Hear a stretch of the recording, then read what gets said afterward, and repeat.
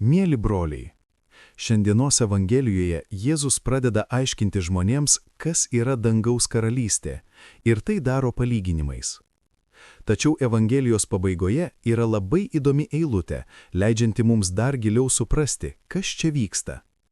Evangelija pasako, kad Jėzus mokė žmonės palyginimais, o mokiniams viską aiškino atskirai, intymiai. Štai kas vyksta ir šiandien mūsų gyvenime. Turime suprasti, kad jei neturime intimaus gyvenimo su Kristumi, niekada giliai nesuprasime dieviškojo apreiškimo.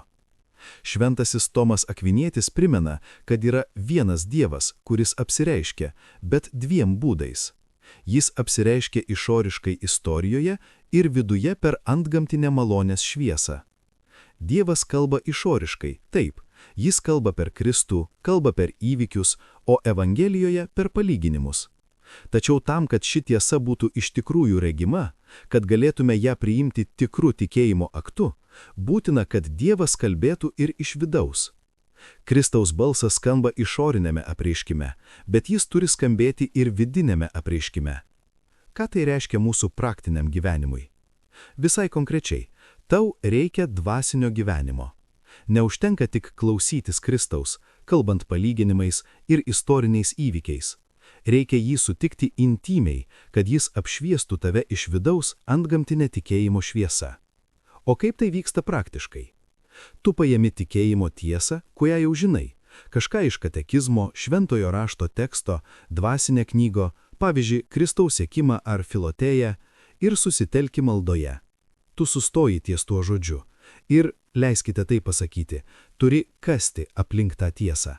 Turi graužti tą kaulą, medituoti, ištverti, prašyti Kristaus, kad jis tave apšviestų ir leistų pamatyti tą tiesą iš vidaus. Tai būtina patirtis visiems krikščionėms.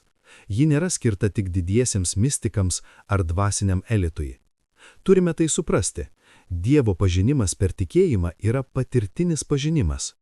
Kai sakau patirtinis, nekalbu apie juslinės patirtis, jausmus, šiurpulius ar emocijas, ne apie tai čia kalbama. Kalbu apie tai, kas vyksta sieloje, apie tai, kas gali nebūti lydima juntamų paguodų, bet giliai apšviečia vidų. Tai momentas, kai meldiesi apie tiesą, tikėjimo slėpinį, ir tai, ką visada žinojai, staiga tampa aišku. Dabar suprantu.